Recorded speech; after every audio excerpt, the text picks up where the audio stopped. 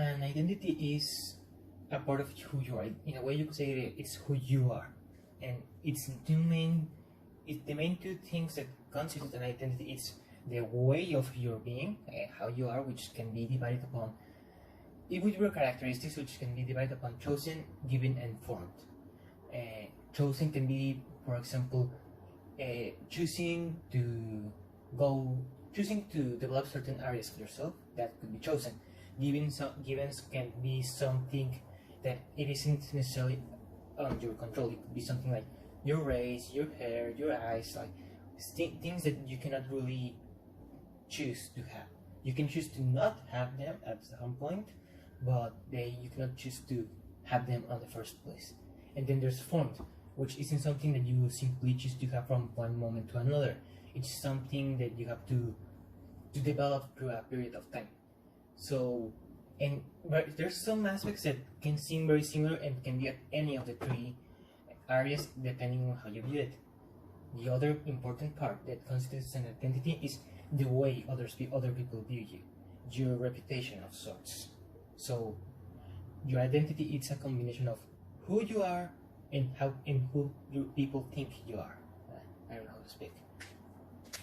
As to how I would describe my own identity, I would say that when it comes to the personal level, I would say that I'm someone quite reserved, and I try to not call so much attention. But when I'm with friends, I would say that I can have good conversations with them. Like some of my chosen qualities would be being reserved. Like I choose to be reserved. Some of my given parts of my identity, they would be, you could say, my temperament, like, because sometimes I cannot help my laugh, like that's part of my temperament, which I don't really choose. It's something I have. And part of what I form is, you could say, the discipline it takes for me to hold my laughter, like what it takes to hold back what's given to me. So that's how I would describe my own identity when it comes to my own personal level.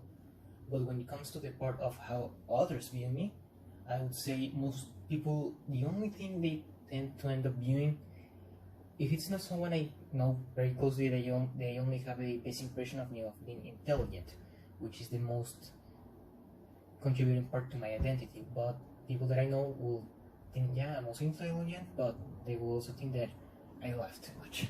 Like, I've asked, and yeah, that's what a lot of people do. So those two parts, or you say three, are what constitutes my own identity and the way I would describe it. Then, as to how I express my own identity, I usually through conversation, because I don't write it down. I don't do works of art. I usually express my identity through conversation with others and my relationships with other people. And as for the role language has in our identity, well, the language we know is a part of who we are. Maybe we forget it, but traces of it will remain. So, since it's a part of who we are, it will affect identity. It's a part of our identity.